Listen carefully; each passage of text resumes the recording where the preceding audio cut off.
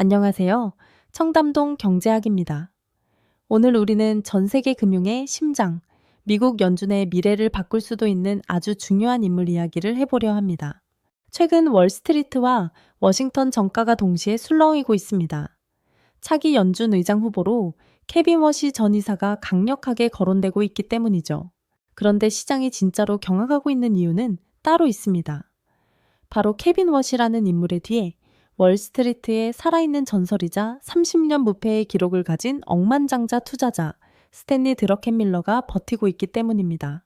월스트리트 저널을 포함한 주요 외신들은 케빈 워시가 드러켄밀러 밑에서 10년 넘게 일하며 경제와 시장을 바라보는 눈을 길렀다고 보도했습니다.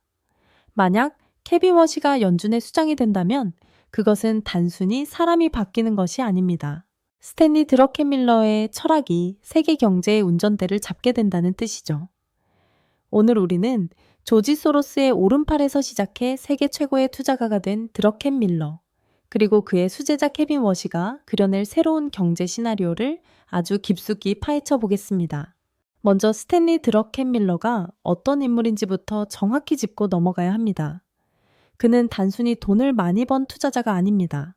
시장의 거대한 흐름을 읽고 국가의 화폐 가치마저 흔들어버리는 매크로 투자의 정점에 서 있는 인물이죠. 그를 설명할 때 가장 먼저 나오는 이야기는 역시 1992년의 검은 수요일 사건입니다. 당시 그는 헤지펀드의 대부 조지 소로스의 퀀텀 펀드를 실질적으로 운용하고 있었습니다. 드러켄밀러는 당시 영국 파운드화의 가치가 과도하게 높게 책정되어 있다는 치명적인 약점을 간파합니다. 그는 소로스에게 제안합니다. 파운드화 하락에 우리 펀드에 사활을 걸어야 합니다. 소로스는 그의 통찰력을 믿고 어마어마한 자금을 베팅했죠. 결과는 전 세계가 아는 그대로입니다. 영국의 중앙은행인 영란은행이 백기를 들었고 드러켄밀러는 하룻밤 사이에 10억 달러가 넘는 수익을 올리며 전 세계를 경악하게 만들었습니다. 이후 그는 자신의 투자회사인 두케인 캐피털을 운영하며 잠시 30년 동안 연평균 수익률 30%라는 말도 안 되는 대기록을 씁니다. 더 놀라운 것은 그 30년 동안 단 한 해에도 마이너스 수익률을 기록한 적이 없다는 사실입니다. 닷컴 버블 붕괴와 2008년 글로벌 금융위기조차 그는 기회로 만들었습니다. 이런 전설적인 인물이 10년 넘게 옆에 두고 경제를 가르친 제자가 바로 케빈 워시인 것입니다. 여기서 우리는 드러켄밀러의 위대함이 어디서 나오는지 보여주는 아주 유명한 비하인드 스토리를 하나 짚고 넘어가야 합니다.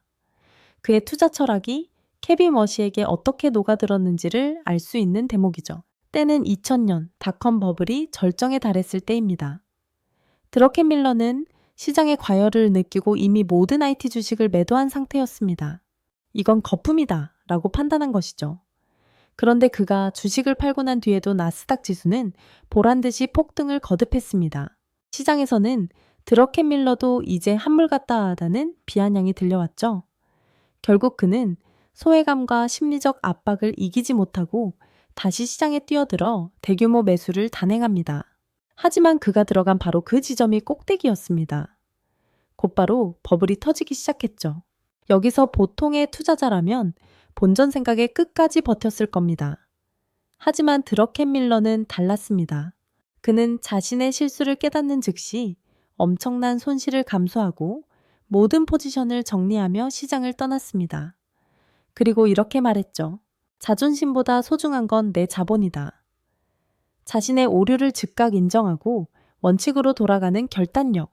케빈 워시가 드러켄밀러에게 배운 것은 단순히 차트 보는 법이 아니라 이런 철저한 자기 객관화와 시장에 대한 경외심이었을 겁니다. 자, 그럼 이제 케빈 워시와 드러켄밀러의 관계를 좀 더 자세히 들여다볼까요? 두 사람의 인연은 단순히 고용주와 직원의 관계를 훨씬 넘어섭니다. 워시는 이미 30대의 젊은 나이에 연준 이사를 역임하며 실력을 인정받은 수재였습니다. 하지만 그는 전형적인 상아탑 속의 경제학자가 아니었습니다.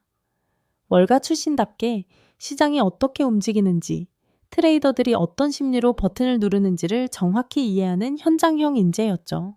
드러켄밀러는 이런 워시를 자신의 패밀리 오피스에 영입해 10년 넘게 곁에 두었습니다.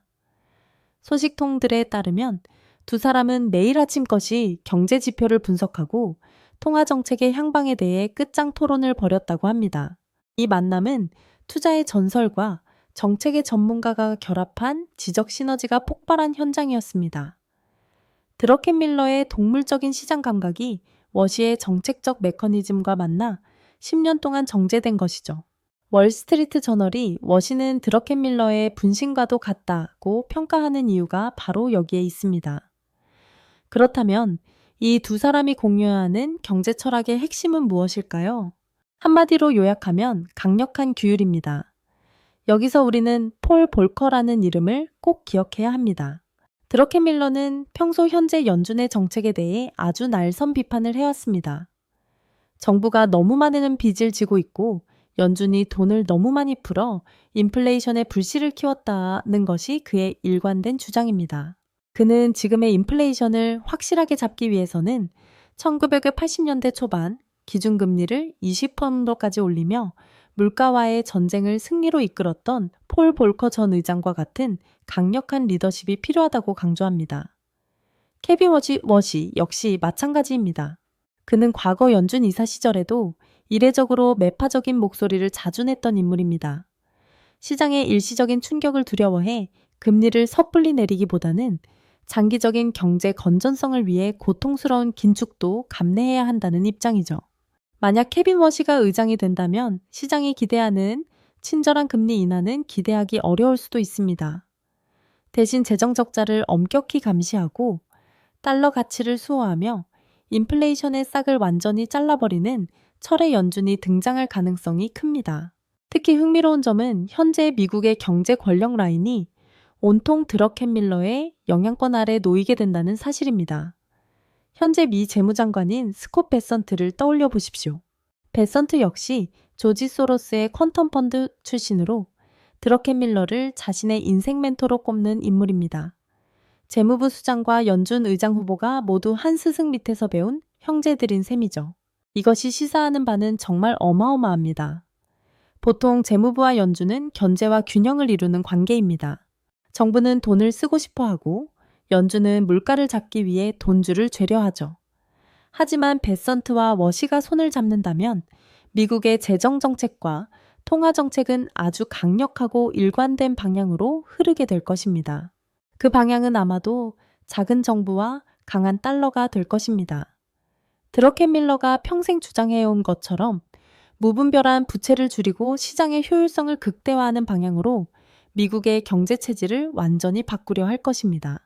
여기서 우리 한국 경제에 미칠 영향도 짚어보지 않을 수 없습니다. 케빈 워시와 스콧 베선트, 이 드러켄 밀러 콤비가 이끄는 미국 경제는 우리에게 어떤 영향을 줄까요? 가장 먼저 우려되는 것은 초강 달러의 지속입니다. 워시는 달러 가치 안정을 매우 중시하는 인물입니다. 미국의 금리가 높게 유지되고 달러가 강세를 띠면 한국을 포함한 신흥국 시장에서는 자본 유출 압박이 커질 수밖에 없습니다. 환율 변동성이 극심해지면서 수입 물가가 오르고 우리 중앙은행인 한국은행의 고심도 깊어지겠죠. 또한 미국의 재정 지출 축소는 글로벌 수요 감소로 이어져 우리 수출 기업들에게 단기적인 타격을 줄 수도 있습니다. 하지만 장기적으로 보면 긍정적인 측면도 있습니다. 미국의 부채 문제가 해결되고 경제 체질이 건강해진다면 글로벌 금융시장의 불확실성이 해소되는 효과가 있기 때문입니다. 결국 우리는 이제 저금리의 단말이 아니라 실력의 진검승부가 펼쳐지는 시대를 준비해야 합니다. 환율 방어 전략부터 기업의 기초 체력 강화까지 그 어느 때보다 정교한 대응이 필요한 시점입니다. 이제 결론을 내려보겠습니다. 케빈 워시의 연준 의장 지명설은 단순히 한 명의 관료가 바뀌는 사건이 아닙니다. 그것은 지난 10년 넘게 이어져 온 저금리와 유동성 파티의 종말을 선언하는 신호탄일 수도 있습니다. 만약 여러분이 투자자라면 이제는 시장이 어려우면 연준이 도와주겠지라는 막연한 기대를 버려야 합니다. 워시와 드러켄 밀러의 시대에는 시장의 거품을 걷어내는 과정에서 발생하는 고통을 연준이 대신 짊어져 주지 않을 것이기 때문입니다. 하지만 반대로 생각하면 이는 진짜 가치 있는 자산이 재대접을 받는 시대가 온다는 뜻이기도 합니다. 인위적인 돈풀기로 연명하던 좀비 기업들은 도태되고 진짜 실력을 갖춘 기업과 자산만이 살아남는 진정한 투자의 시대가 열리는 것이죠. 스탠리 드러켄밀러는 이런 말을 남겼습니다. 나는 당신이 무엇을 샀는지는 궁금하지 않다. 다만 당신이 그 결정을 내린 논리가 무엇인지가 궁금할 뿐이다. 케빈 워시의 연준 역시 시장에 끊임없이 논리와 원칙을 요구할 것입니다.